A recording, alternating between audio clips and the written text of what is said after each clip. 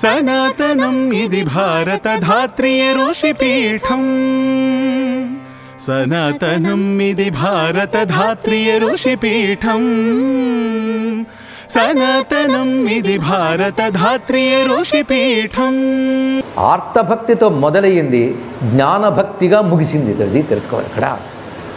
అంటే ముందు మొసల నుంచి బయటపడాలి, తెలిసిపోయింది ఎవ్వరూ ఆశ్రయించలేరని, అప్పుడు ఆయన స్తోత్రం చేయడం ప్రారంభిస్తున్నాడు. అయితే ఇది జ్ఞానంతో కూడిన స్తోత్రం, మామూలు స్తోత్రం కాదు. అది గీతా ప్రసారదో గొల్లపూడి వీరాస్వామి సన్స్ పుస్తకంలో వచ్చి చదివిన స్తోత్రం కాదండి. అతడు హృదయంలోంచి జ్ఞానంలోంచి చెప్పాడు. జ్ఞానము బుద్ధిది, హృదయం ప్రేమది. ఆ ప్రేమ జ్ఞానం రెండు కలిసిపోతే స్తోత్రం అవుతుంది. తెలుసుకోండి ఇక్కడ. ఆ రెండిటితోనే రావాలి. కేవలం జ్ఞానం డ్రై, దాని ప్రేమ కలిస్తేనే ఆర్ద్రం వస్తుంది. ఇక్కడ ఆ రెండిటితో కలిపి ఎవడు సత్యమో తెలుసుకున్నాడు. ఈయన మొత్తం గమనించి చెప్పుకున్నది ఇదే. ఎవ్వారు లేరే ప్రపుణ్యాత్మకులు ఉన్నాడు కదా, తెలిసిపోయింది. ఏ ఒక్కరూ రక్షించలేరు జీవుణ్ణి, రక్షించేవాడు భగవంతుడు ఒక్కడే. భగవంతుడు అంటే ఏమిటి? ఈ స్తోత్రం చదివితే అర్థమవుతుంది. ఎవరో అన్నారు జ్ఞానం వద్దని కథలు చెప్పండి అని. ఏ కథలు చెప్పాలి? భగవత్కథే కదా. భగవంతుడు అంటే ఏమిటి అని తెలుసుకుంటే దానికే జ్ఞానం అంటారు. ఆయన గురించి తెలుసుకోకపోతే ఎందుకండి, జ్ఞానం అంటే ఏమిటో కాదు, భగవంతుడు అంటే ఏమిటో చెప్పేదే జ్ఞానం. అది క్షుణ్ణంగా అర్థమయ్యేటట్టు చెప్తుంది. అలా జ్ఞానంతో కూడిన భక్తి చాలా గొప్పది. అది కలగకపోతే కలిగించమని భగవంతుడిని ఆశ్రయించాలి. లేదండి ఏదోలా ఆశ్రయిస్తామంటే ఎప్పటికైనా కలిగిస్తాడు. ఆయనే కలిగిస్తాడు. తెలుసుకుంటే కానీ ముక్తి లేదు, తెలిసితే మోక్షము, తెలియకుంటే బంధము, అంతే మాట. అందుకు ఈ స్తోత్రం ఇక్కడ చేయబోతున్నాడు. ఆ స్తోత్రం అంతా నిర్విశేష బ్రహ్మస్తుతి అంటారు. విశేషం అంటే పర్టికులర్, నిర్విశేషం అంటే జనరల్. అది ఇక్కడ పర్టికులర్గా అంటే ఒక వస్తువు గురించి చెప్తూ చేసేది విశేషము. ఇది ఒక వస్తువుకు ఒక పరిమితమైన దాని గురించే చెప్పేది కాదు. ఒక నామరూపాలకి పరిమితమైన ఒకానొక దేవతకు సంబంధించిన స్తోత్రం కాదు అని చెప్పడం కోసం ఇది నిర్విశేష బ్రహ్మస్తవం అంటారు ఇక్కడ. అంటే మునుపు చెప్పినప్పుడు యూనివర్సల్ ప్రేయరే. ఏది సర్వవ్యాపకమై ఉన్నదో, ఏది సంపూర్ణమై ఉన్నదో, ఏది సర్వమును శాసిస్తుందో, ఏది దేనికి అంటదో, కొన్ని లక్షణాలు చెప్పుకున్నాము కదా భగవంతుడికి. ఆ లక్షణాలన్నీ ఈ శ్లోకాల్లో కనిపెడతాయి. దీన్ని బట్టి భగవంతుడు అంటే ఏంటో తెలుస్తుంది. కనుక ప్రతి శ్లోకంలో భగవత్ తత్వము, రెండవది నేను ఆయన్ని శరణు వేడుతున్నాను అని రెండో విషయం. అలాంటి పరమాత్మను నేను శరణు వేడుతున్నాను. అలాంటి సంపూర్ణ పరమేశ్వర జ్ఞానముతో కూడిన స్తుతి. అందుకే ఇది భగవద్గీతతో సమానమై ఎందుకుందంటే పరమాత్మ జ్ఞానము అనగా ఆత్మజ్ఞానము అనగా బ్రహ్మజ్ఞానము, దాన్నే తెలియజేస్తుంది కదా. భగవజ్ఞానం వేరు, బ్రహ్మజ్ఞానం వేరా అండి? మన భగవంతుడు అంటే ఒకలా అనిపిస్తుంది, బ్రహ్మం అంటే ఇంకోలా అనిపిస్తుంది. అందుకే మహానుభావుడు రామకృష్ణ పరమహంస ఒక మాట చెప్తారు ఇక్కడ. ఎవరు ఆత్మని అంటారు, కొంతమంది ఆత్మ అంటారు, కొంతమంది వేదాంతులు బ్రహ్మం అంటారు, భాగవతులు భగవంతుడు అంటారు, ఆ తత్వాన్నే నేను ఖాళీ అంటానన్నాడు ఇక్కడ. దీనికంటే గమనించవలసింది ఒకటే, ఇన్నికి లేదు. బ్రహ్మేతి పరమాత్మేతి భగవానితి కథ్యతే అని మొదటి చెప్పుకున్నాం కదా. కానీ భగవంతుడన్నా బ్రహ్మమన్నా పరమాత్మ అన్నా ఒకటే అయినప్పుడు ఇందులో చెప్పే జ్ఞానం భగవజ్ఞానమా, బ్రహ్మజ్ఞానమా, ఆత్మజ్ఞానమా? మూడు ఒకటేనైనా. అందుకే చిట్ట చివరికి ఎక్కడ తీసుకెళ్తాడంటే ఆ బ్రహ్మమైన పరమేశ్వరుడైన నారాయణుడు ఎక్కడో లేడు, ఇక్కడే ఉన్నాడు. ఇక్కడే కాదు అంతటా ఉన్నాడు అనే ఎరుకులకు తీసుకెళ్ళిపోతుంది. అంతటా ఉంటూ తనలో ఉన్నటువంటి పరమేశ్వరుని ధ్యానించే శ్లోకమునివి. ఇది ఇందులో ఉన్న అందమంతా అక్కడున్నది. ఎలాగైతే అందుకే ప్రహ్లాద చరిత్ర వెంటనే గజేంద్ర మోక్షం చెప్పుకోవడం ఒక గొప్ప అంశం అండి ఇక్కడ. ఎందుకంటే భగవంతుడు అంతటా ఉన్నాడని చెప్పాడు ప్రహ్లాదుడు. ఆయన దృష్టిలో ప్రత్యణువు భగవంతుడే. ఆ భగవంతుడే నరసింహస్వామిగా వచ్చాడు. అతను ఎక్కడి నుంచో ఆయన రాలేదు, అప్పుడు వచ్చింది స్తంభం నుంచి.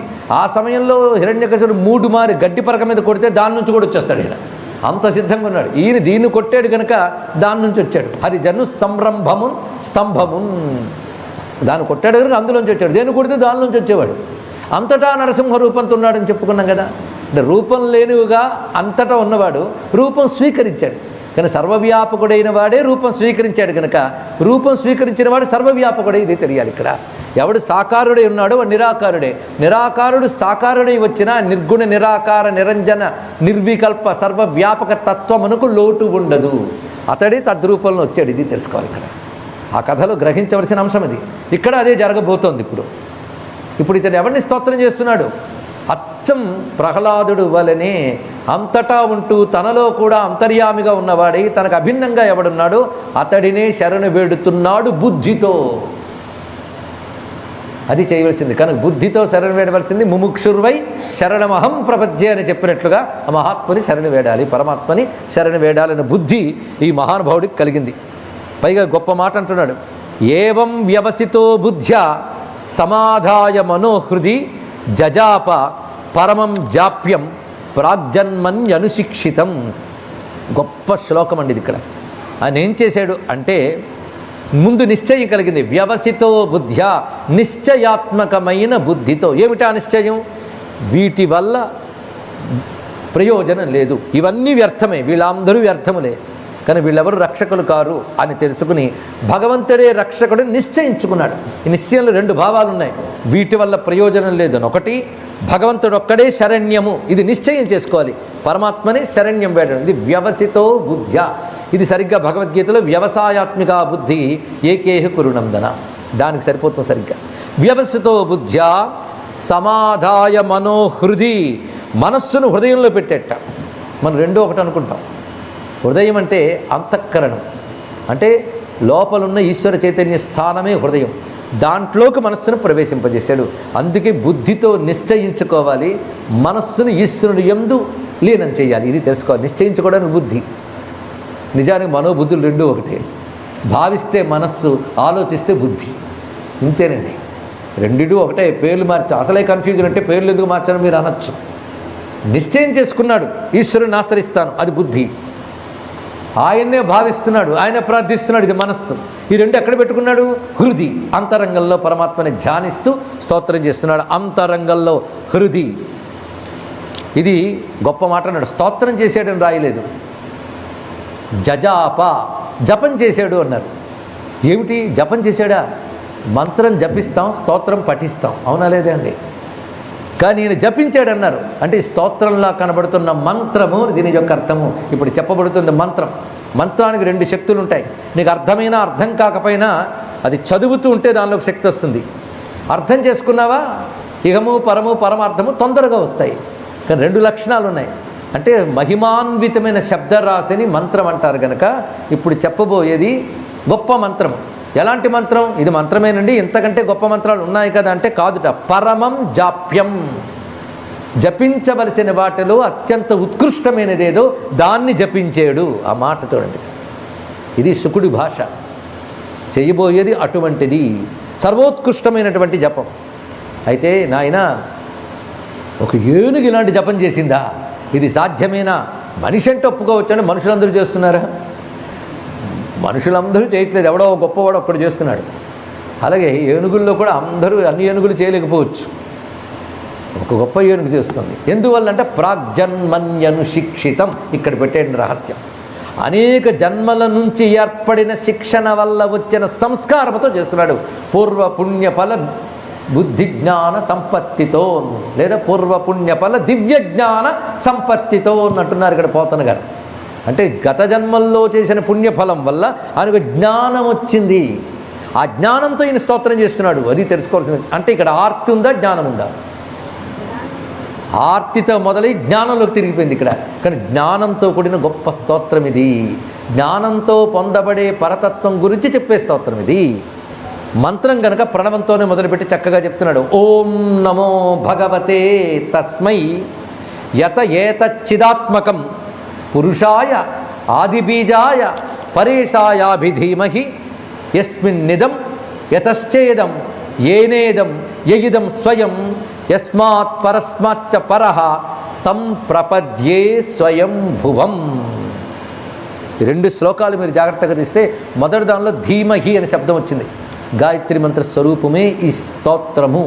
గాయత్రి ఏ పరతత్వాన్ని చెప్తోందో ఈ స్తోత్రం ఆ పరతత్వాన్ని చెప్తోంది గనక అంత ఉత్కృష్టమైనది.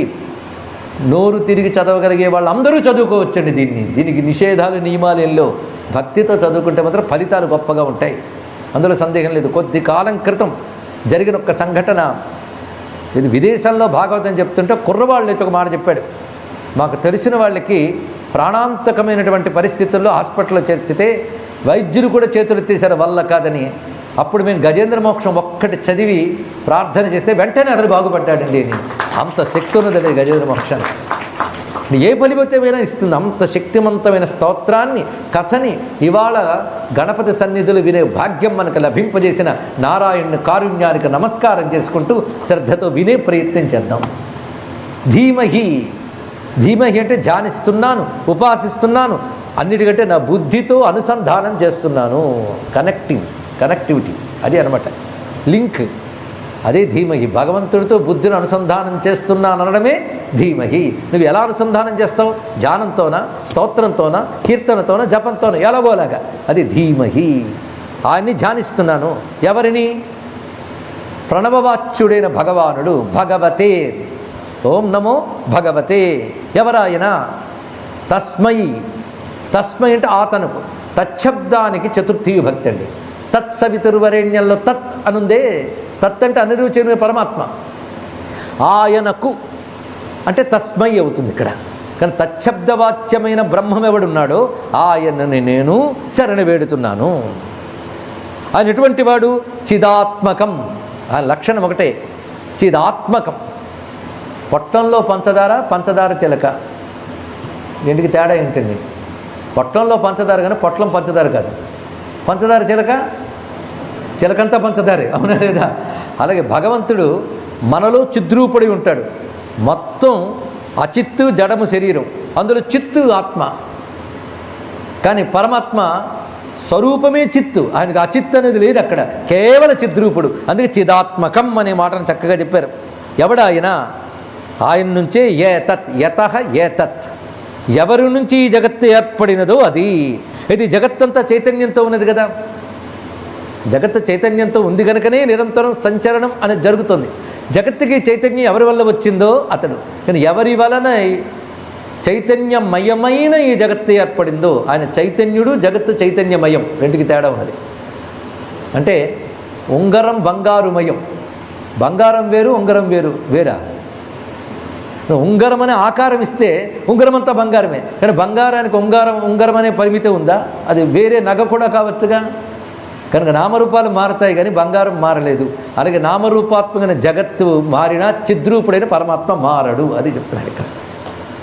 అయితే ఎన్ని నగలు పెట్టినా ఒకే బంగారం అన్నట్లు నామరూపాత్మకమైన జగత్తంతా చిదాత్మకం. అంటే చిదాత్మకమైన ఈ జగత్తు ఎవరి నుంచి రావడం వల్ల చిదాత్మకం అనిపించుకుంటుందో ఆ చిద్రూపుడైన పరమాత్మను నేను ధీమహి ధ్యానిస్తున్నాను. ఆయన ఎవడు? పురుషాయ. ఆయన పురుషుడు. పురుషుడు అంటే పూర్ణత్వాత్ పురుష. ఇక్కడ అర్థం అది, పరిపూర్ణుడు.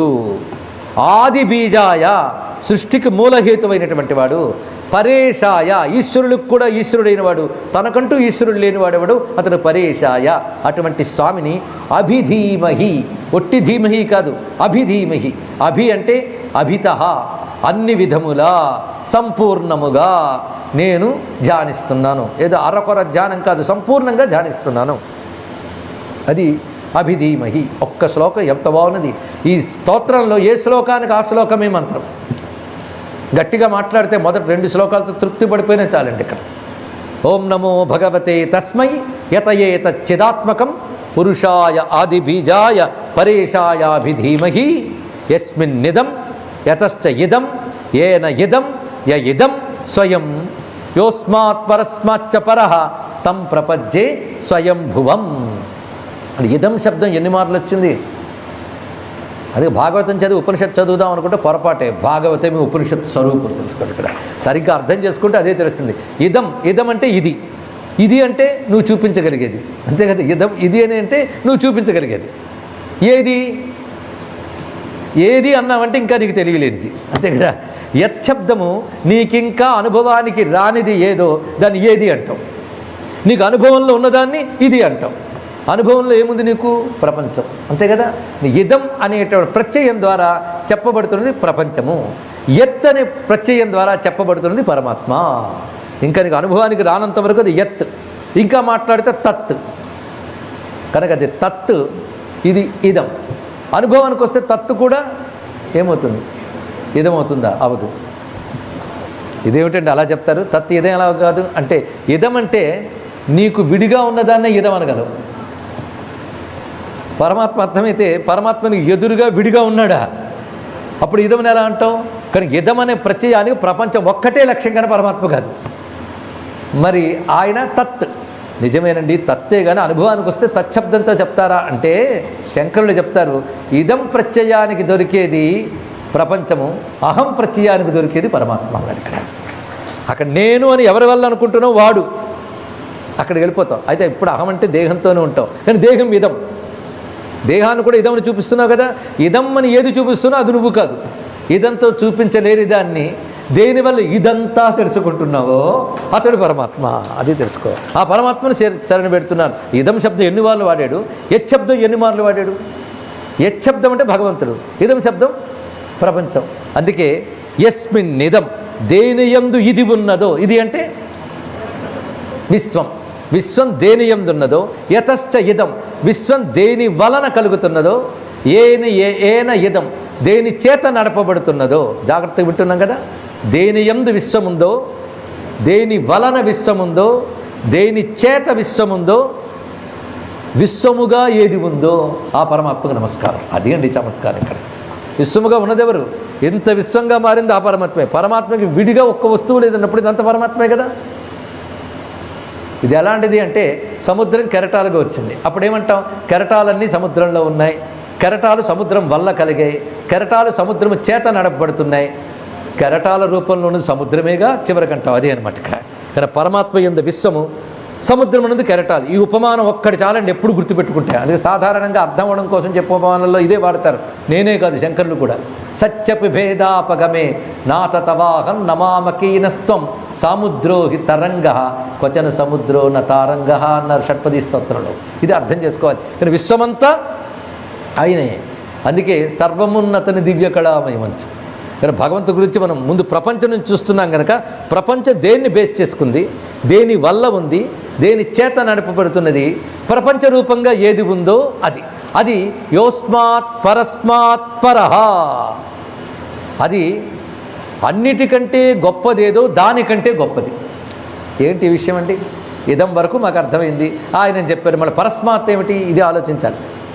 పరస్మాత్ అంటే ఉత్కృష్టమైన దానికంటే ఉత్కృష్టమైన వాడు అంటే అర్థం ఈయన్ని మించిన ఉత్కృష్ట వస్తువు మరొకట్లేదు. ఒక అర్థం కనబడుతున్న జగత్తుకి కంటే పైన మరొకటి ఉందిటండి, దాని ప్రకృతి అంటారు.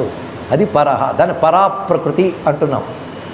అది ప్రకృతి. అది దీనికంటే పరస్మాత్, దీనికంటే గొప్పది. అంటే మూల ప్రకృతి ఒకటి ఉంది, దాని నుంచి ప్రపంచమంతా కలుగుతుంది. కనుక దేది ఆధారం అంటే మూల ప్రకృతిని కూడా చెప్పచ్చు కదా. మూల ప్రకృతి కదా ఈ జగత్తుకి ఆధారం. త్రిగుణాత్మకమై పంచభూతాత్మకమై ఉన్నటువంటి మూల ప్రకృతి వల్ల ఇదంతా కలుగుతోందంటే దాన్ని ప్రార్థిస్తున్నానా? లేదు. కానీ విశ్వం కనబడుతోంది, విశ్వానికి మూల కారణమై ఉన్నది మూల ప్రకృతికి, దానికి కూడా మూల కారణమైన వాడెవడు, వాడికి నమస్కారం. అది గొప్పతనం అండి ఇక్కడ.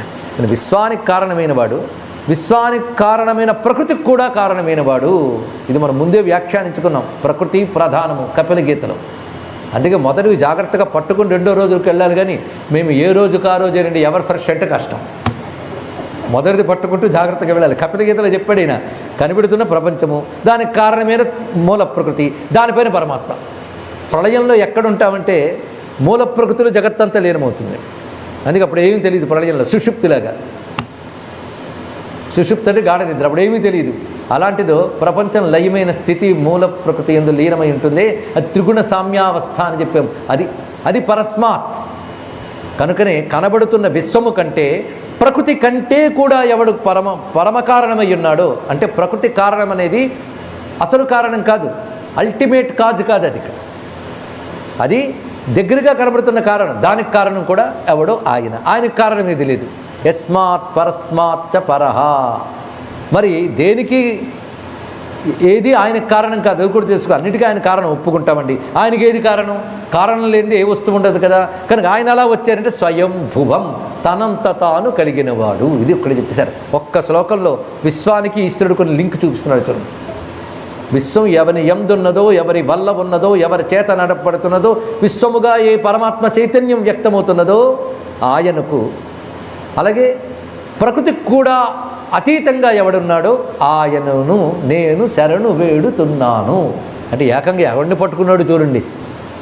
ఆ మాత్రం మొసల నుంచి పక్కన పెట్టడానికి ఏ దేవతని ప్రార్థన చేసినా వచ్చి తీసేస్తాడు. ఏముంది, వజ్రాయుధంతో కొట్టచ్చు. అయిపోయింది. కానీ ఈయన ఏకంగా శరణు పెడుతున్నది ఆయన్నిట. అంటే ఈ స్తోత్రం చేస్తున్నది మొసల నుంచి బయట పెట్టమని అడగడానికి కాదు, ఇది ఇంకేదో ఉంది ఇందులో.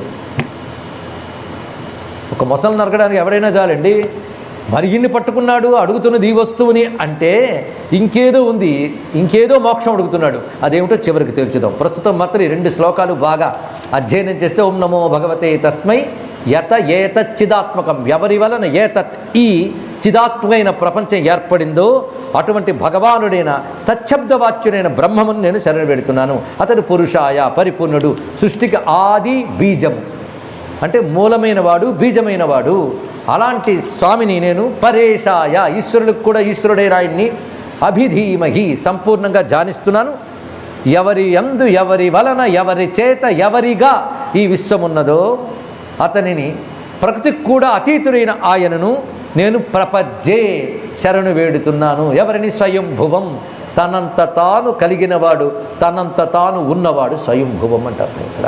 స్వయంభూ యస్మిన్నిదం యతశ్చేదం ఏనేదం యైదం స్వయం యస్మాత్ యోస్మాత్ పరస్మాత్ చ పరః తం ప్రపజ్జే స్వయంభువం. ఈ 2 శ్లోకాలు చక్కగా పట్టుకుంటే చాలండి, మొత్తం అంతా దీంట్లోనుంది. ఇవి బాగా అర్థం చేసుకుంటే చాలు.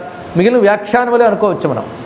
మునుపు చెప్పినట్టు తటస్థ కారణం, తటస్థ లక్షణ, స్వరూప లక్షణాలు 2 ఉన్నాయి. తటస్థ లక్షణం ఎక్కడుందో చెప్పండి. యస్మిన్నిదం యతశ్చేదం దగ్గర యత ఏతత్ దగ్గర తటస్థ లక్షణం చెప్పాడు. అంటే సృష్టి స్థితిలయ కారకుడు అనేది తటస్థ లక్షణం, సచ్చిదానందుడు అనేది స్వరూప లక్షణం. అన్ని దీనిలో కనబడింది. పరహ స్వయంభువం, అలాగే పరేశాయ ఇవన్నీ భగవతే తస్మై ఇవి స్వరూప లక్షణములు. యస్మిన్నిదం దగ్గర తటస్థ లక్షణం. చూసారా, మొదట చెప్పుకున్న జన్మాద్యసి యత భాగవతం అంతా ఎలా పరచుకుందో పరిశీలించారా. అంటే అది అర్థం చేసిన ఇది అర్థమైపోతుంది, ఇది అర్థం చేసుకుని అది అర్థమైపోతుంది. మొత్తానికి 2 వల్ల భగవంతుడు అర్థమైపోతున్నాడు. ప్రపంచము, ప్రకృతి, పరమాత్మ 3 సబ్జెక్ట్స్ అండి ఇక్కడ. ప్రపంచం అంటే మరి నేనేమైపోయానండి? ప్రపంచం, ప్రకృతి, పరమాత్మ అంటే నువ్వు పార్ట్ ఆఫ్ ప్రపంచం, నీతో కలిపే ప్రపంచం మొత్తం కూడా. ఇదమ్మని దేహాన్ని కూడా అన్నావు కనుక ఇది కూడా ఇంక్లూడెడ్ ఇన్ విశ్వం. కానీ నీ శరీరంతో కలిపి కనబడినంత ప్రపంచమే కనుక ప్రపంచం. దీనికి ఆధారం ప్రకృతి అనుకుంటున్నావు, కానీ అసలు ఆధారం ఆయన కనుక అసలు ఆధారాన్ని పట్టేసుకున్నాడు ఏకంగా వెళ్ళి. అతన్ని ప్రపజ్జే, మొదట చెప్పింది అభిధీమహి, ఇప్పుడు చెప్పింది ప్రపజ్జే. 2 చేయాలి నువ్వు. ధ్యానించాలి, శరణు వేడాలి. నీదే ఉన్నది ఇక్కడ, నడిపేదంతా ఆయనే. ఇది గ్రహించవలసిన ప్రధానమైన అంశం. ప్రపజ్జే అనే మాటకు చిన్న ఉదాహరణ. ఒక ఆయన ట్రైన్ ఎక్కి నెత్తి మీద పెద్ద పెట్టి పట్టుకుని నిలబడ్డట్టు. అలాగా కొంచెంసేపు కూర్చున్నాడు, పెట్టి మాత్రం తీయట్లేదు. పక్క ఆయన అన్నాడు, అంత ఖాళీ ఉంది, పెట్టి దించవయ్యా అని. నేను నాకొక్కడికే టికెట్ తీసుకున్నానండి అన్నాడు. అంటే ట్రైన్ పెట్టి మొయ్యకూడదుట. అందుకో పిచ్చినైనా నిన్ను పెట్టెను కూడా ట్రైన్ ఏమొస్తుంది, దింపుకుంటే తలభారం తగ్గుతుంది అని. అలాగే ప్రపంచాన్నంతటి మోస్తున్నవాడు ట్రైన్ వంటివాడు. నువ్వు ఇదంతా నేను మోస్తున్నా అన్న అహంకారం ఉన్నదే నెత్తి మీద పెట్టుకున్నట్టుది. నువ్వు శరణు వేయడం అంటే పెట్టి ఆయన మీద దించి ప్రశాంతంగా కూర్చోవడం అన్నట్టు ఇక్కడ. అదే ప్రపంచే స్వయంభువం, అది చేస్తున్నాడండి ఇక్కడ. ఇంకా పరమాత్మ గురించి ఏమి చెప్తాడో తర్వాత శ్లోకాల్లో. ఈ 2 శ్లోకాలు కలిపి ఏదైనా నిత్యం చెప్పుకోవడానికి తెలుగులో చెప్తే బాగుంటుందంటే ఆ పని మా పోతన గారు చేశారు. ఎవ్వని చే జనించు జగము, ఎవ్వని లోపల ఉండు లీనమై, ఎవ్వని యందుడిందు పరమేశ్వరుడెవ్వడు, మూల కారణం వెవ్వడు, అనాది మధ్యలయుడెవ్వడు, సర్వము తనయైన వాడెవ్వడు, వానిని ఆత్మభవు. స్వయంభువు అనే శబ్దానికి ఆత్మభవు ఈశ్వరు నే శరణంబు వేడెదన్. మొత్తం పెట్టేశాడండి. అదే మీ పిల్లలకి తెలుగు నేర్పాలనుకుంటే ఒక్క పద్యం ముందు నేర్పండి. బ్రతుకంతా చదువుకోమనండి, బ్రతుకంతా బాగుపడుతుంది మొత్తం. ఎంతకంటే భగవంతుడి గురించి క్లియర్ కట్ డెఫినిషన్ ప్రపంచంలో ఏ ధర్మము చెప్పలేదు, హిందూ ధర్మం తప్ప.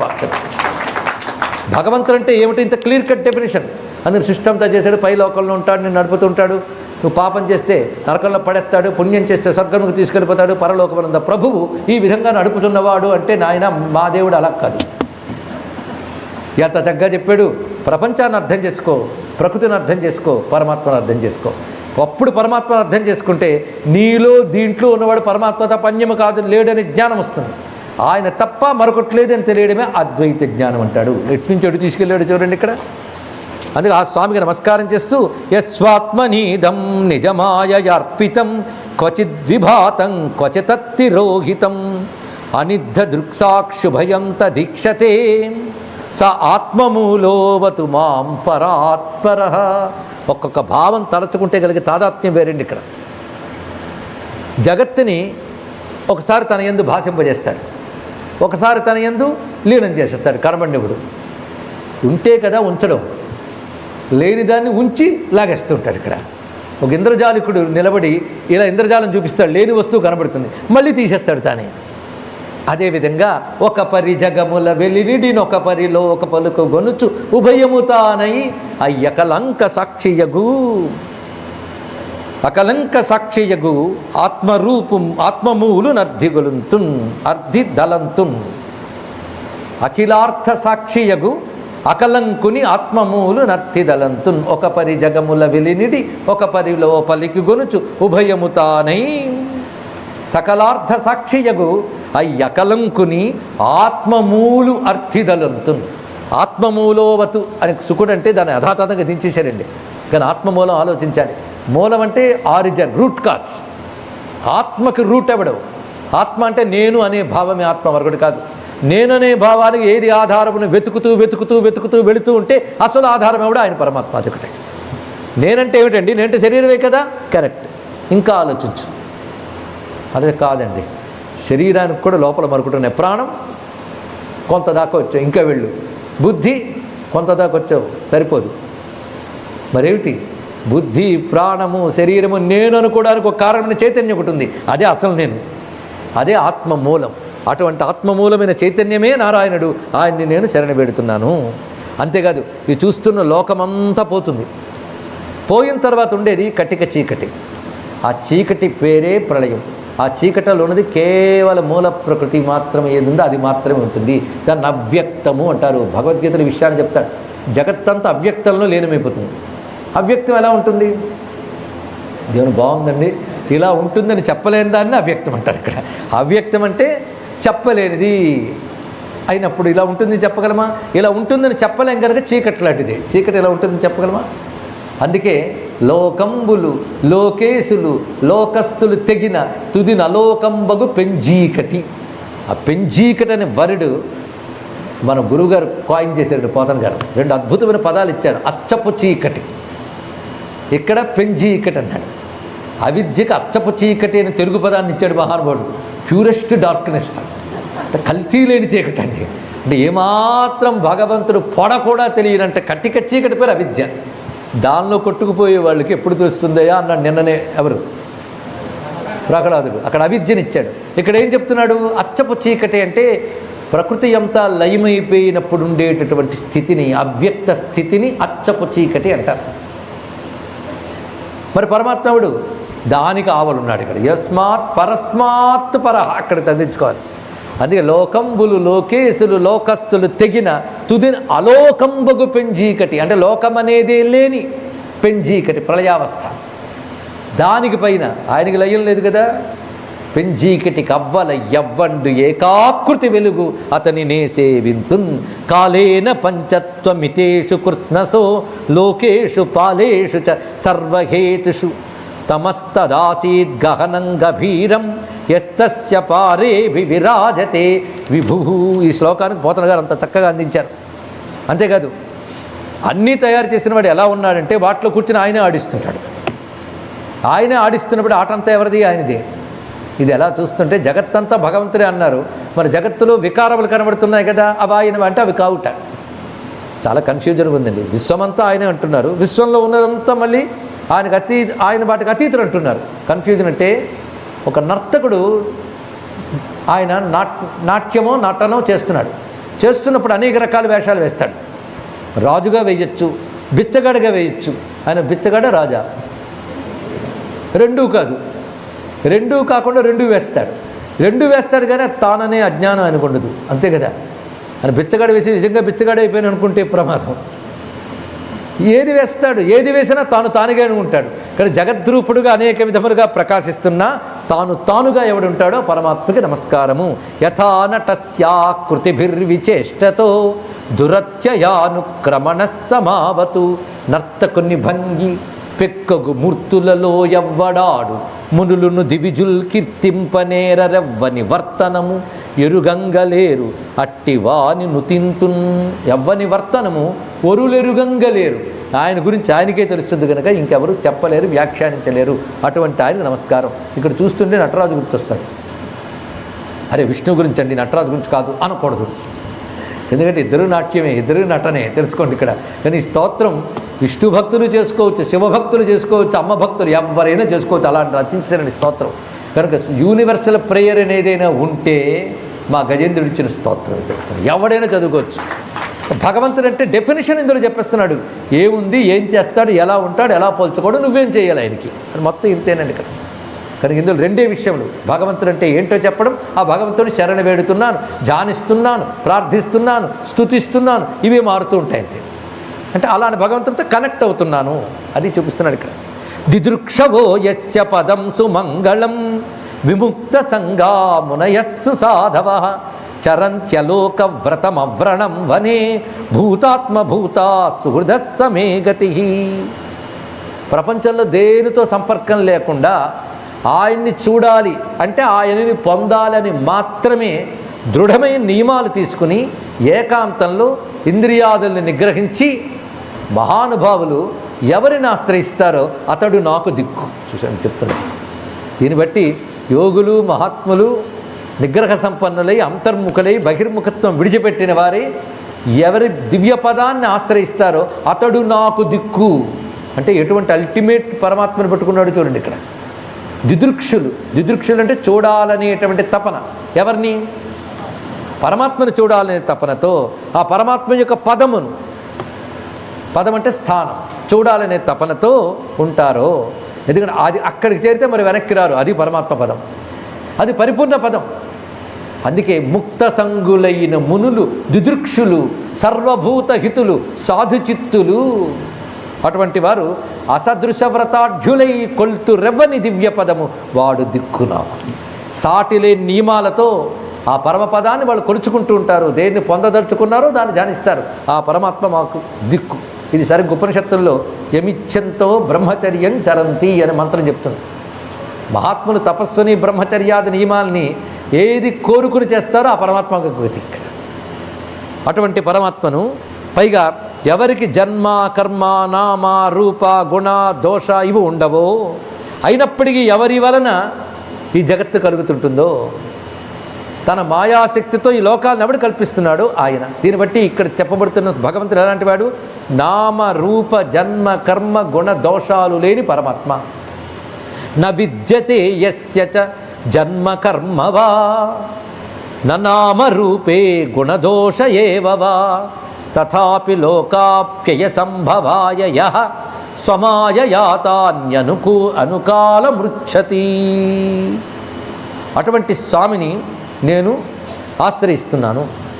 ఈ చెప్పడంలో భావం ఏంటంటే జగత్తుకి నామము రూపము జన్మ కర్మ ఉన్నాయి కదా, అందుకే తథాపి అని మాట వేయడానికి ఏంటంటే జన్మకర్మ నామ రూపాలు లేనప్పటికీ జన్మకర్మ నామ రూపాలతో ఉన్న జగత్తుని ఎవడు తన మాయాశక్తితో సృష్టిస్తున్నాడో ఆ పరమాత్మను నేను శరణు పెడుతున్నాను. తస్మై నమ పరేశాయ బ్రహ్మణే అనంత శక్తయే. ఆయన అనంత శక్తిమంతుడు. ఊరికిన ఆధారం అంటే మామూలు కాదు. ఈ సర్వాన్ని సృష్టించగలడు, నడపగలడు, లయించగలడు. అది సర్వశక్తిమంతుడు.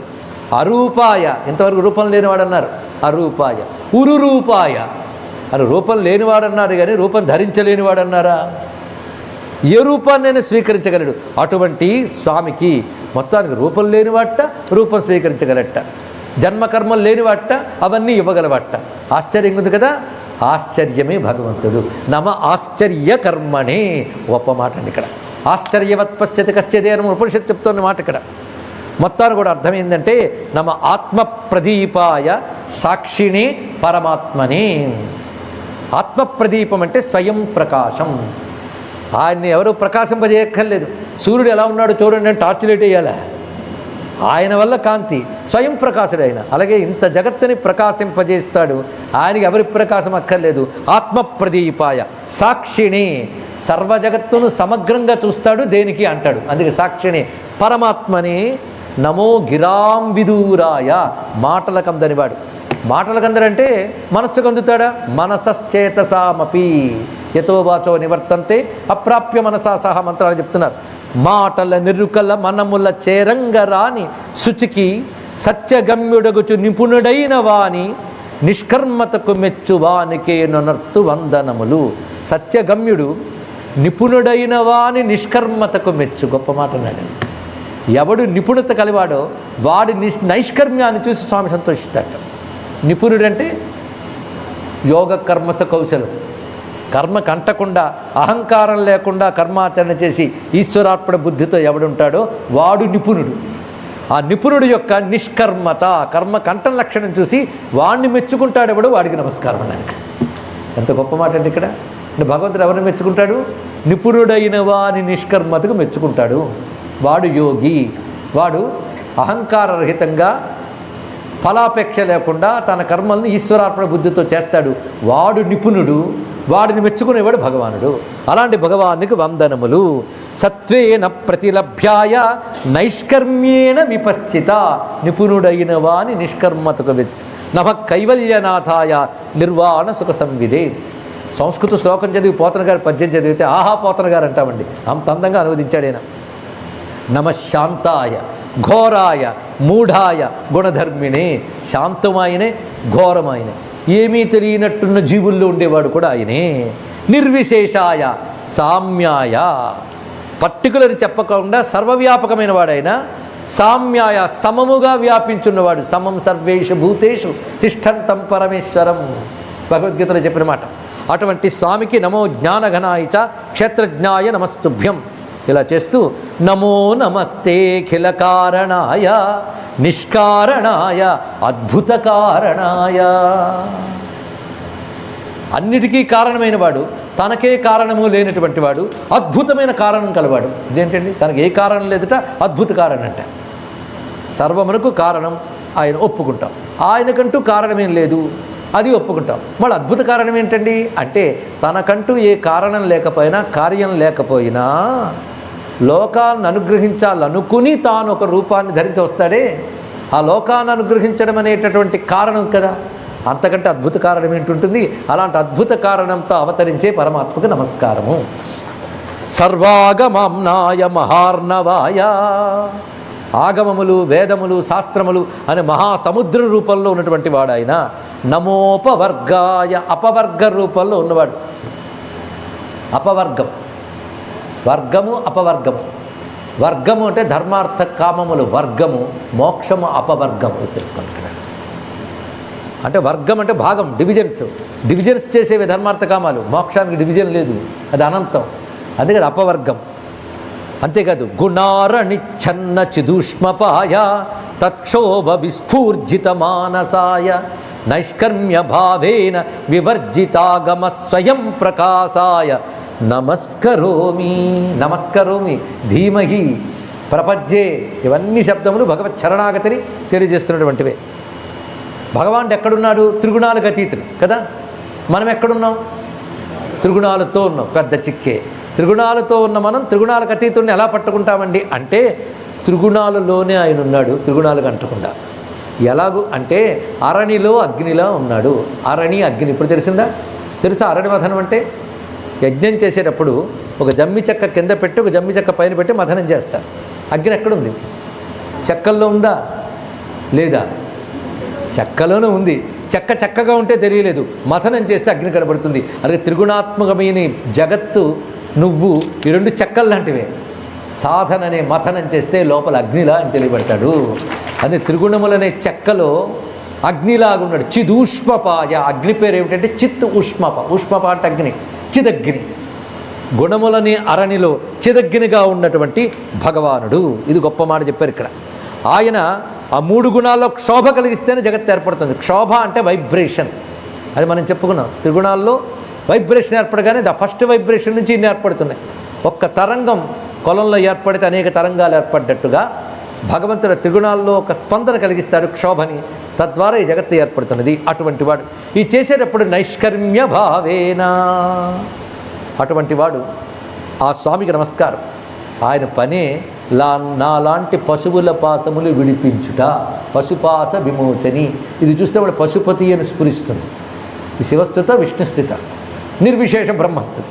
మాదృక్ ప్రపన్న పశుపాస విమోక్షణాయ ముక్తాయ భూరి కరుణాయ నమోలయాయ స్వాంసేన సర్వతను భృన్మనసి ప్రతీత ప్రత్యగ్దృశే భగవతే బృహతే నమస్తే బృహతే నమస్తే. ఇందులో ప్రతి శ్లోకం మధురమైన ఈ శ్లోకం ఎందుకో అత్యంత మధురంగా అనిపిస్తుంది. మాదృక్ ప్రపన్న పశుపాస విమోక్షణాయ, నాలాంటి శరణు వేడిన పశువుల పాసాన్ని విడిపించేవాడు. అంటే అందరు పాశాలు విప్పాడు, శరణు వేడిన వారిని విప్పుతాడు. ఎవడు పాశాలను గుర్తిస్తాడో, గుర్తించి వాటి నుంచి విడిపించుకోవాలి అనుకుంటాడో వాడికి విడిపిస్తాడు. ప్రతి పశువు తాడు తీసేస్తాడా? అసలు తాడు కట్టబడిందని కూడా తెలియని పశువులు చాలా ఉన్నాయి. కానీ పాశములు గుర్తించి విడిపించమంటే, విడిపించాలంటే శరణు వేడాలి. నువ్వు దగ్గరికి వెళ్ళిపోవాలి, దగ్గరికి. నేను విడిపించుకోలేను స్వామి, నువ్వే విడిపించని తల వాల్చేయాలి, అప్పుడు విప్పుతాడు. అన్ని సాధనల కంటే గొప్పది ఆ సరెండర్ అండి. ఇక్కడ దిశలేని నాబోటి పశువుల పాసమ్ములు అణచువానికి, తెలుగులో అద్భుతంగా చెప్పారు. దిశలేని నాబోటి పశువుల ప్రాణం పాసములు అణచువానికి, సమస్తాంతరాత్ముడై వెలుగువానికి, అచ్చిన్నునకు భగవంతునకు తనుజసు వస్తు దేశదార శక్తులైన వారికి అందగరాని వానికి. ఏమి పదములు చెప్పాడో. మొత్తానికి ప్రపన్న పశువులు ఎవరున్నారో వాళ్ళ పాసాలు విడిపించేవాడు, ముక్తస్వరూపుడు, గొప్ప కరుణ కలిగిన వాడు, అన్నిటి లయం చేసుకుని తాను దేనిలో లయం కానివాడు, ప్రతి వారిలో అంశ రూపములుగా సర్వ శరీరముల్లో ఉన్నటువంటి వాడు, ఎవరికి ప్రత్యక్ దృష్టి ఉందో అంటే అంతర్ముఖ దృష్టి ఉందో వారికి తెలియబడువాడు అయిన బ్రహ్మమైన భగవంతునికి నమస్కారము. ఎంత భావం ఉందండి ఇందులో అంటూ వాళ్ళకి తెలియబడతాడు. మరి ఎవరికి తెలియబడ్డు?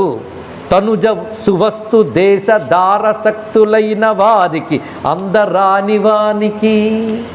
ఎవరికి అందడయ్యా అంటే ఆత్మాత్మజాప్త గృహవిత్త జనేషు శక్తై దుష్ప్రాపణాయ. దానికి పోతన గారు అనువాదం. నా దేహం, నా వాళ్ళు, నా ఇల్లు, నా సంపదలు అనేది పెంచుకుంటూ పోతున్న వాళ్ళకి దొరకనివాడు. అది ఇక్కడ అంటే విషయలంపటాలు పెరిగితే విష్ణువు దూరం అవుతాడు అంతే, ఇంకోటి ఏం లేదు ఇక్కడ. వాళ్ళకి దొరకనివాడు. చక్కగా చెప్పాడు కదా. దీన్ని బట్టి ఇలా ఉంటే ఆయన దొరకడని బోధ చేశాడు ఇక్కడ.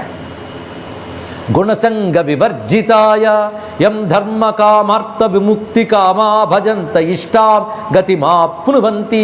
ఎవరిని ఆశ్రయించడే చేత ధర్మ అర్థ కామ మోక్ష 4 లభిస్తాయో, అంటే ఎవరి ఏది కోరితే అది ఇచ్చేవాడు ఆయన. అటువంటి పరమాత్మకి నేను నమస్కారం చేస్తాను. అయితే ఎవరు ఏది కోరితే ఇస్తున్నానంటే అర్థకామాలు ఏం కోరిన ఇస్తాడు, ఆయన ఇస్తాడు. అందుకు ఆయన ఆశ్రయిస్తున్నాం. కానీ నాకు అది కాదు నువ్వే కావాలి అంటూ ఆయన్నే చింతన చేసేవాళ్ళని ఏకాంత భక్తులు అంటారు. అలాంటి ఏకాంతినో యస్య నకంచనార్థం వాంఛంతి ఏవై భగవత్ ప్రపన్నా. ధర్మార్థ కామమోక్షములు కోరిన వారికి అవి ఇస్తాడు. అవేమీ కాకుండా పరమాత్మ చింతనలోనే ఆనందంగా మైమరచిపోయేటటువంటి ఏకాంతుల నిష్కాములకి ఆయన ఇచ్చేది తననే ఇచ్చుకుంటాడు. అంటే కైవల్యాన్ని ప్రసాదిస్తాడు. అత్యద్భుతం తచ్చరితం సుమంగళం గాయంత ఆనంద సముద్రమగ్నా. అలాంటి ఏకాంత భక్తులు ఆయన యొక్క చరిత్రని గానం చేస్తూ ఆనంద సముద్రంలో మునిగి ఉంటారు. అలాంటి పరమాత్మకు నమస్కారం. దీని బట్టి భక్తి తత్వం అంటే ఏంటో చెప్తున్నాడు. ఏకాంత భక్తుల లక్షణం ఒకటే, భగవంతుడి గురించి వింటూ అంటూ అనుకుంటూ నిరంతరం ఆనందంలో మునిగి తేలియాడతారు. అటువంటి భక్తులు ఎవరి వలన ఆనందం పొందుతూ మునిగి తేలియాడతారో ఆ పరమాత్మకు నమస్కారము. తమక్షరం బ్రహ్మ పరం పరేశం అవ్యక్తమధ్యాత్మిక యోగగమ్యం అతీంద్రియం సూక్ష్మమివాతి దూరం అనంతమాజ్యం పరిపూర్ణమీడే. అత్యంత సూక్ష్ముడు గనక దూరంగా ఉన్నట్లు కనబడతాడు, నిజానికి దూరం లేడు. అత్యంత సూక్ష్ముడు. శరీరం దగ్గరుంది అనుకుంటావు, శరీరం కంటే దగ్గర పట్టాడు భగవంతుడు. ఎంత దగ్గరవాడంటే నీకు భగవంతుడి కంటే దగ్గర వాడు వరకు లేడు. ఎంత దగ్గరవాడంటే నేను అనే తత్వమే ఆయన అయినప్పుడు ఎంత దగ్గరవాడండి ఇక్కడ. అయితే సూక్ష్మమైనది దొరకడం కష్టం. ఆకాశం పట్టుకోండి, దొరుకుతుందా? ఆకాశం లేదంటారా? ఆకాశం లేదంటే వీటికి అవకాశమే లేదు. కనుక ఆకాశం అన్నిటికీ కారణమైంది, అన్నిట్లో ఉంది, అంతటా ఉంది, అన్ని దాని యందు ఉన్నాయి. అలాగే పరమాత్మ యందు అన్నీ ఉన్నాయి, పరమాత్మ అన్నిట్లో ఉన్నాడు. ఆకాశం వల్ల సూక్ష్మం కనుక దొరకడు కానీ దూరం కాదు. ఆయన కంటే దగ్గర వాడు మరొకడు లేడు. అలాంటి స్వామిని సోహం విశ్వసృజం విశ్వం అవిశ్వం విశ్వవేదసం విశ్వాత్మానమజం బ్రహ్మ ప్రణతోస్మి పరం పదం. విశ్వకరు విశ్వదూరిని విశ్వాత్మకు విశ్వమయుని విశ్వన్ అవిశ్వన్ శాశ్వతునజు బ్రహ్మప్రభు ఈశ్వరునిం పరమ పురుషుని భజయింతున్. ఈ పద్యం భలే ఉంటుందండి. అవును, భలే ఉందండి. విశ్వం అని 10 మార్లు వింటూ ఉంటే భలే ఉంది వినడానికి. భావం చూద్దాం. విశ్వకరు విశ్వాన్ని చేసినవాడు, విశ్వదూరుని విశ్వానికి దూరంగా ఉన్నవాడు. బాగుందా అండి? విశ్వం చేసి విశ్వానికి దూరంగా ఉన్నాడంటే ఒకడు కొండలు చేస్తాడు, కొండలకు దూరంగానే ఉంటాడు వాడు. లేకపోతే ప్రతి కొండతో పాటు కొండ కొంటే నేను ఈ ఇంటికి వస్తానంటాడా? కొండవాడు దూరంగానే ఉంటారు కదా, అలాగే విశ్వానికి ఆయన దూరంగా ఉన్నాడు. కాదు కాదు, విశ్వకరు విశ్వదూరుని విశ్వాత్మకు విశ్వరూపంగా తానే ఉన్నాడు. ఎందుకంటే కొండ వేరు, కొండ చేసిన వాడు వేరు, కానీ పరమాత్మ వేరు, ప్రపంచం వేరు కాదు కదా. అందుకే ప్రపంచానికి నిమిత్త ఉపాదాన కారణాలు 2 ఆయన అయ్యాడు ఇక్కడ. అంటే నిమిత్త కారణం ఉపాదాన కారణం చాలామందికి తెలుసు. కొండకి నిమిత్త కారణం కుమ్మరి, ఉపాదాన కారణం మట్టి. 2 కారణాలు వేరే ఉన్నాయి, కానీ సృష్టికి నిమిత్తము ఉపాదానం కూడా పరమాత్మే. వేరే వస్తువు ఆయన కాని వస్తువు ఉంటే కదా తెచ్చి చేయడానికి, అంతా ఆయనే.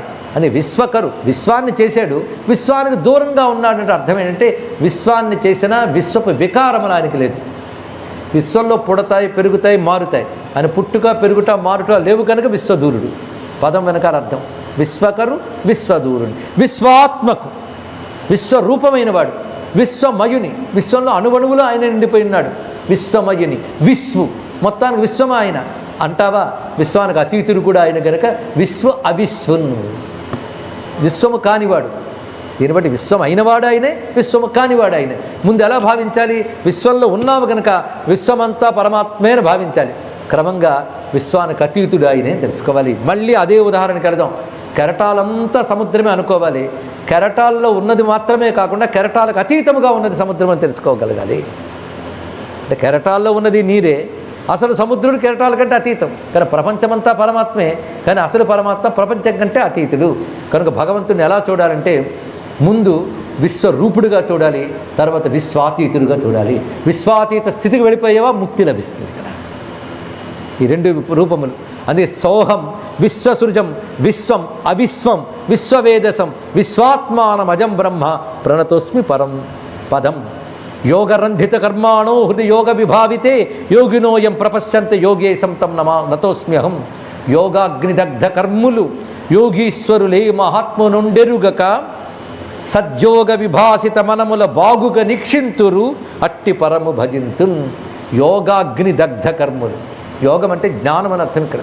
నిరంతర జ్ఞానం చేత అంటే నిరంతర బ్రహ్మ విచారణ చేత బ్రహ్మము తప్ప మరొకటి ఆలోచించడు, అదే బ్రహ్మ విచారణ. బ్రహ్మము గురించి విచారణ చేయడం వల్ల ఇంక వీడి కర్మలేంలో కర్మలు దగ్ధమైపోతాయి. అలా కర్మలు దగ్ధమై నిరంతరం బ్రహ్మం గురించి ఆలోచించిన వారు ఏం చేస్తారండి? నిరంతరం బ్రహ్మమే చింతన చేస్తూ కర్మలు దగ్ధమైపోతే ఏమవుతారు? వాళ్ళు బ్రహ్మమే అవుతారు. అప్పుడు ఒండెరుగక మరి రెండో వస్తువు లేదు, అలా బ్రహ్మనందు ఉంటారు. ఒండెరుగక సద్యోగ విభాసిత మనముల. వాళ్ళు ఉదయం బ్రహ్మముతో యోగమై ఉంటుంది. అలాగ బ్రహ్మముతో యోగం పొందిన యోగులు ఏ పరమాత్మను ఆ విధంగా చూస్తున్నారో ఆ పరమాత్మను నేను శరణు వేడుతున్నాను. నమో నమస్తుభ్యమసహ్య వేగ శక్తిత్రయాయాఖిల ధీగుణాయ. జగత్తును నడుపుతున్నావంటే నీ వేగాన్ని తట్టుకోవడం ఎవరి వల్ల కాదయ్యా, అటువంటి వేగం.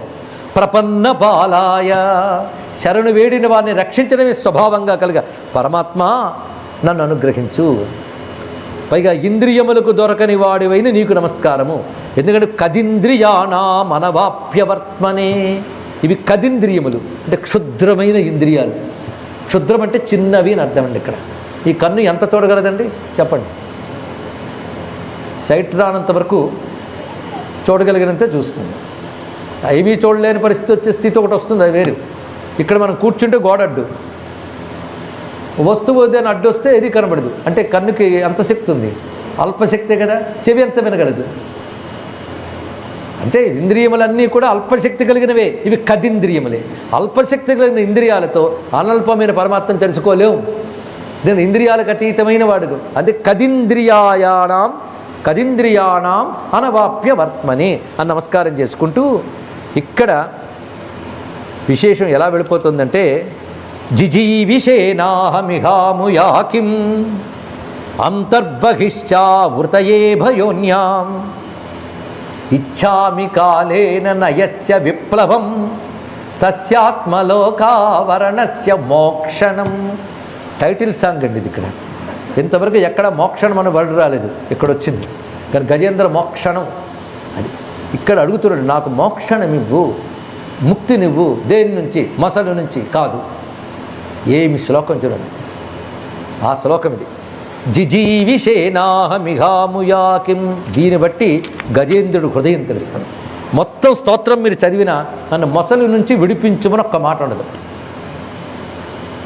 స్వామి, ఈ శరీరంతో బతికి ప్రయోజనం ఏమున్నది అని అడిగి చూడండి. ఇక్కడ బ్రతికి ప్రయోజనం ఉంది. మళ్ళీ బతికి బయటకు వచ్చానుకో, మళ్ళీ ఏనుగులు గుంపులు వేసుకుని తినడం ఆహా పైలా పచ్చి స్వీహారమే, చస్తాం. ఏం లాభం చెప్పు? ఇప్పుడు మొసలి పట్టు విడిపించావు, అయిపోయిందా? నేను మృత్యుంజయుడిని అయిపోతానా? ఇప్పుడు మొసలి పట్టు తప్పా, రేపు ముసలితనం పట్టు తప్పదు.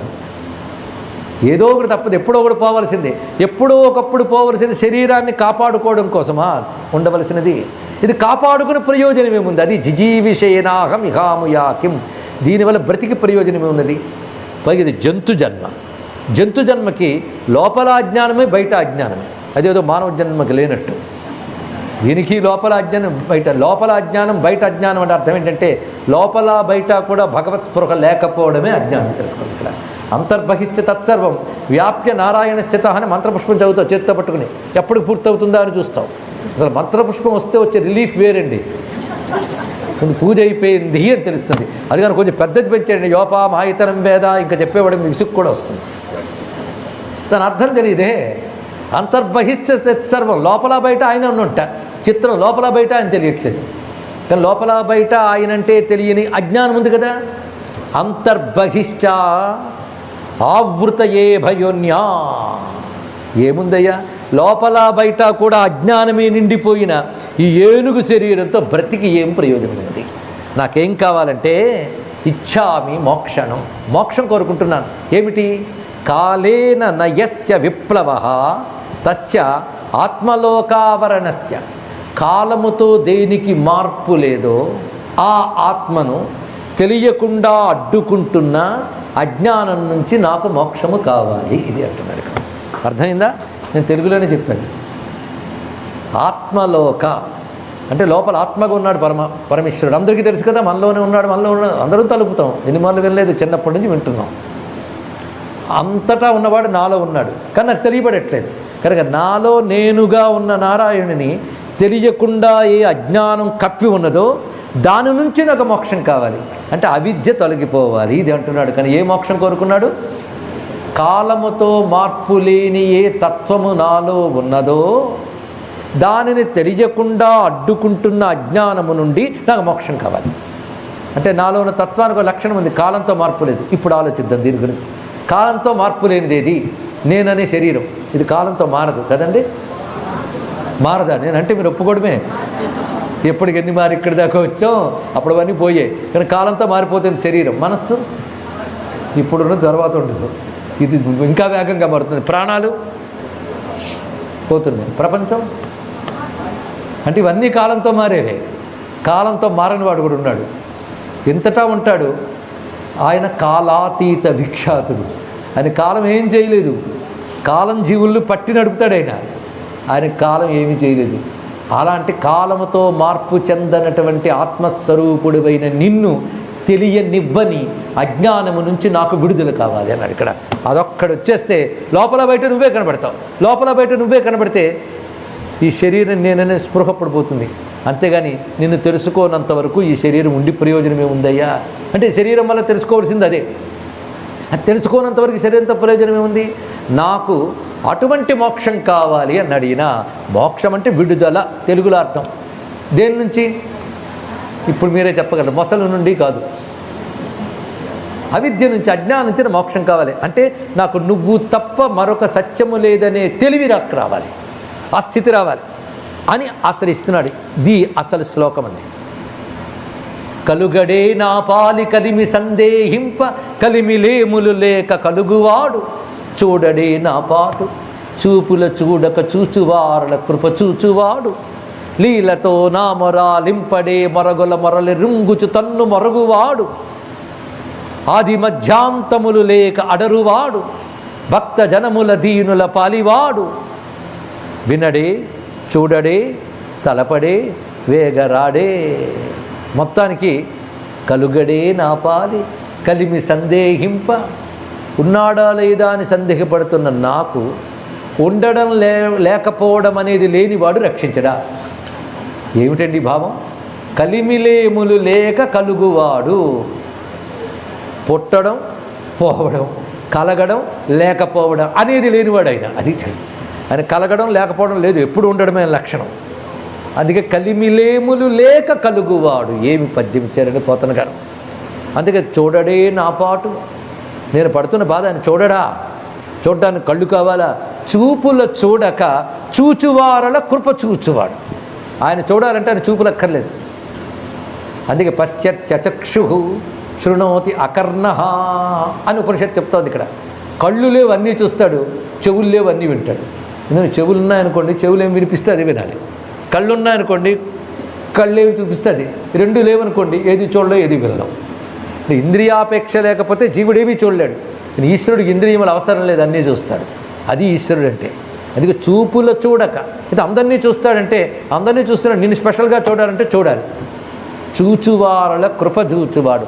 అందరినీ వాళ్ళ కర్మ కొద్దీ చూస్తాడు, భక్తుల్ని కృప కొద్దీ చూస్తాడు, దయ్యతో చూస్తాడు. ఇక్కడ అన్నాడు ప్రతి వాళ్ళని వాళ్ళ కర్మగతులతో నడిపిస్తాడు, ఆశ్రయించిన వాడిని దయ్యతో నడిపిస్తాడు. అందుకు నువ్వు చూచువాడువైతే ఆయన కృప చూస్తాడు, కృపతో చూస్తాడు. అంటే సూర్యుడు అందరికీ వెలుగునిస్తాడు, అందరికీ కనబడతాడు. కానీ ఇంట్లో తలుపులు వేసుకున్న వాడికి కనబడ్డు, తలుపు తీసిన వారికి కనబడతాడు. అలాగే ఆశ్రయించిన వారిని అనుగ్రహిస్తాడు ఆయన. అందరూ ఉన్నారు, అందరూ నన్ను ఆశ్రయించిన వారిని అనుగ్రహిస్తాడు. పైగా లీలతో నా మొరాలించడే మొరగుల మొరలెరుంగుచు తన్ను మొరగువాడు. మొరపెట్టేవారు మొరలన్నీ వింటాడు, వింటున్నట్టు తెలియడు. నాది వింటాడా భగవంతుడు? ప్రతిదీ వింటాడండి, గుర్తుపెట్టు. ప్రతిదీ చూస్తాడు, అది నువ్వు మర్చిపోకు. అలా నేను మర్చిపోకుండా అటువంటి వాడిని శరణు పెడుతున్నాను అనడమే గజేంద్రుడి మాట. ఇన్ని రూపాలు, అఖిల రూపులు తన రూపమైన వాడు ఆది మధ్య అంతములు లేక అడరువాడు. మొత్తానికి అందరివాడే కానీ భక్త జనముల దీనుల పాలివాడు. భగవంతుడు అందరివాడే, కానీ అందరివాడు అనుకున్నవాడి వాడు. భక్తులు అందరివాడిని అందరూ అంటావు, కానీ నావాడు అనుకోవాలి నువ్వు, అప్పుడు నీ వాడు అవుతాడైనా. అటువంటి స్వామి వినడే చూడడే తలపడే వేగరాడే. పోతన గారు పద్యం తెచ్చాం, కానీ గజేంద్ర మోక్షం, అసలు గజేంద్ర మోక్ష స్తోత్రం అయిపోయిందండి. అయితే అదేంటో జిజీవ శయనాహమిహాముయాకిం గజేంద్ర మోక్షణం ఆత్మావరణస్య మోక్షణం. ఈ భావమే ఇందులో ప్రధానం.